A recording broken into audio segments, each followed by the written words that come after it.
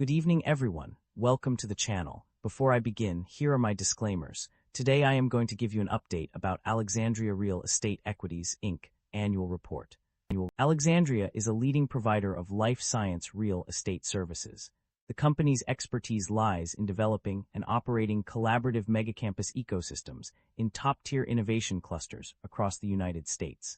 Specifically, Alexandria offers its services in 7 key locations: Greater Boston, San Francisco Bay Area, San Diego, Seattle, Maryland, Research Triangle, and New York City. These locations are home to a diverse range of businesses and services, including life science companies, research institutions, and biotechnology firms. Alexandria's portfolio includes office spaces, laboratories, and other facilities that cater to the needs of these innovative organizations. By providing a platform for collaboration and growth, Alexandria enables its clients to advance their research, develop new treatments, and bring life-changing products to market. In addition to its development and operational services, Alexandria also offers a range of business solutions tailored to the unique needs of its clients. These may include property management, leasing, and sales services, as well as access to a network of industry experts and partners. By providing a comprehensive suite of services, Alexandria supports the success of its clients and contributes to the growth of the life science ecosystem in each of its locations. The significant drop in Alexandria Real Estate Equities, Inc. (ARE) stock price can be attributed to several news events that unfolded over the past year. One major contributor was the company's announcement of its third quarter 2025 financial results, which fell short of expectations. The report revealed lower occupancy rates, slower leasing activity, and a substantial real estate impairment charge totaling $323.9 million. The impairment charge was particularly concerning, as it included a significant write-down of $206 million related to the company's Long Island City property. This property had been touted as a scalable life science destination, but its performance failed to meet expectations. The news sent shockwaves through the market, causing ARE's stock price to plummet by over 19% on October 28, 2025. The negative sentiment continued into the fourth quarter of 2025, with Alexandria Real Estate reporting a significant net loss and diluted loss per share. Furthermore, the company reduced its cash dividend by 45%, from $1.32 to $0.72 per common share. These financial reports likely contributed to the sustained decline in ARE's stock price over the past year, resulting in a drop of over 37.43%. Alexandria Real Estate Equities, Inc. market capitalization of $10 billion is significantly larger than the average industry peer of roughly $2 billion. This shows that Alexandria Real Estate Equities, Inc. holds a significant advantage in their industry. Alexandria Real Estate Equities, Inc. trades at a lower price-to-book ratio of 0.63 times relative within the industry. But when we look at the broader industry, much for its peers are also priced fairly or higher. This indicates an overall sector-level optimism, suggesting that most investors have already participated in the industry, leaving limited opportunity to uncover undervalued stocks. The company maintains a moderate leverage profile, with liabilities making up 40% of total assets, suggesting a balanced approach between risk management and capital efficiency. Liabilities have grown faster than assets and equity, which is somewhat concerning. However, asset growth remains positive, suggesting management may be temporarily leveraging liabilities to fund expansion. Shareholder equity has increased on average, but the growth is not consistent year over year. This may indicate one-off events such as asset sales or capital raises, rather than durable business performance. The share count has increased over the past 5 years, while revenue has continued to grow. This suggests the business may rely on shareholder dilution to fund expansion. Investors should closely monitor whether growth can eventually be sustained without dilution. The company have a dividend yield of 8.19%. The income statement shows that the company have been growing its revenue annually, and the operating income have been increasing. This shows that the business model works and the business is expanding. The primary drivers of revenue growth or decline for a real estate investment trust, REIT, are multifaceted. Occupancy levels play a crucial role in determining revenue, as higher occupancy rates directly translate to increased rental income. Rental rates also have a significant impact, with changes in these rates affecting the overall revenue. Operating costs can either positively or negatively influence revenue growth, depending on whether they increase or decrease. The company's property portfolio is another key factor, with acquisitions, sales, developments, and redevelopments of properties contributing to revenue growth. Tenant recoveries, which involve reimbursement of operating expenses by tenants, also contribute to the company's revenue. Rental revenues from existing properties can be influenced by changes in rental rates, occupancy levels, and operating costs. These factors are interrelated and have a significant impact on the REIT's revenue growth or decline. By understanding these drivers, investors and stakeholders can better assess the potential for revenue growth or decline within the company. The net income of Alexandria Real Estate Equities, Inc., ARE, for the year ended December 31, 2025 was $1.43 billion, a significant increase from previous years. This growth in net income can be attributed to the company's strong financial performance and successful operations.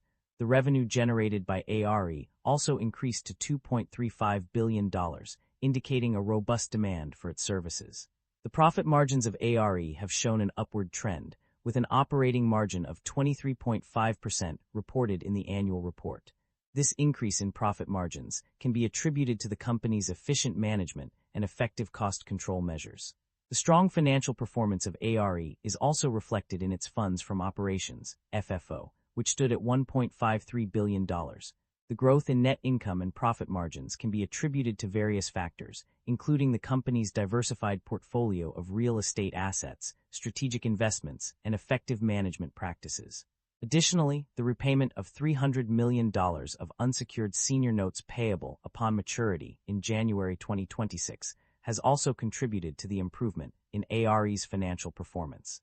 Overall, the annual report highlights the strong financial position of Alexandria Real Estate Equities, Inc., with significant growth in net income and profit margins.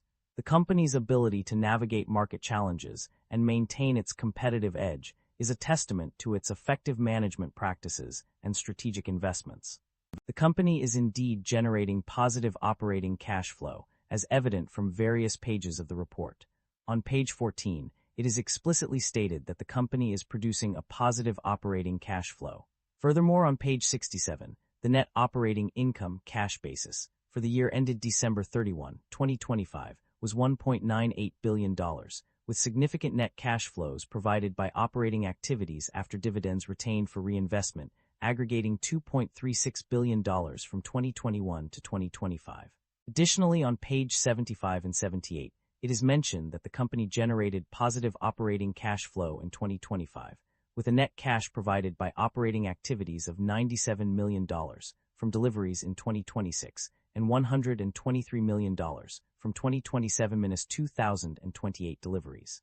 The report also confirms this on pages 95, 98, and 101, where it is stated that the company has positive operating cash flow, with specific figures ranging from $475 million to $575 million and $911.5 million in 2025. Overall, the evidence presented across multiple pages of the report clearly indicates that the company is generating a significant amount of positive operating cash flow, which is a crucial indicator of its financial health and stability. The company's debt level has shown mixed results over the past few years. While there have been instances where the debt level increased due to difficulties in accessing public debt markets, other reports indicate no significant change or even a reduction in outstanding debt. For example, the company is expected to reduce its outstanding debt by approximately $1.68 billion in 2026. Additionally, some debt has been refinanced, with $500 million being repaid in March 2025. Interest expenses have also shown fluctuations. Initially, there were concerns that interest expense would increase due to inflation and rising interest rates. However, some reports suggest that interest expenses may remain relatively stable between years or even decrease. For instance, capitalized interest was $330 million in 2025, but it is not clear if this will continue into future years. On the other hand, there are instances where interest expense has increased, such as from $227 million in 2025 to approximately $255 million in 2026. Overall, while there have been some changes in debt level and interest expenses, they are not consistent across all reports. The performance of various segments and regions has been a concern for several industries. In Canada, operations have struggled, indicating a need for improvement. The life science industry has also faced challenges, particularly in investments and early-stage platform development. Furthermore, private biotechnology companies are at risk due to high failure rates, increasing costs, and the complexity of drug development. The Canadian market's underperformance is a notable issue. In contrast, other regions have not been as affected by these problems. The life science industry's struggles with investments and early-stage development suggest that there may be underlying issues that need to be addressed. Private biotechnology companies face significant challenges due to the high failure rates and increasing costs associated with drug development. The company has a history of paying dividends, with multiple mentions throughout the extracted summaries. In fact, it is explicitly stated that the company paid out $911.5 million in dividends in 2025. This suggests a commitment to returning value to shareholders through dividend payments. On the other hand, the company's share buyback activities are less clear-cut. While there is no mention of any specific share buyback programs or amounts on certain pages, it is noted that a previous program spent $241.8 million and repurchased 2.2 million shares. Additionally, a new program has been established with up to $500 million available for future share repurchases. However, the company's current level of share buybacks is not explicitly stated as ongoing or completed. Supply chain disruptions pose significant risks. The extracted summaries reveal several concerns regarding supply chain disruptions that could impact business operations. These disruptions may arise from various sources, including economic or political changes affecting suppliers and vendors, page 11. Existing suppliers and contractors may also experience difficulties in supplying necessary materials and labor due to supply chain disruptions, page 12. Furthermore, laboratory research is vulnerable to interruptions in the supply chain, leading to insufficient inventory of essential supplies and reagents, page 32. This can result in project delays and increased costs, page 38. Additionally, manufacturing facilities and logistics may be disrupted, affecting product delivery to target companies and their customers, page 42.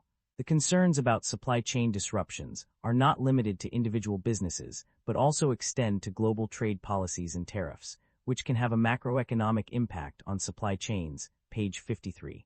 Overall, these risks highlight the importance of developing strategies to mitigate potential supply chain disruptions. That concludes the financial summary for Alexandria Real Estate Equities, Inc. Feel free to comment below, and I will be happy to answer them when possible.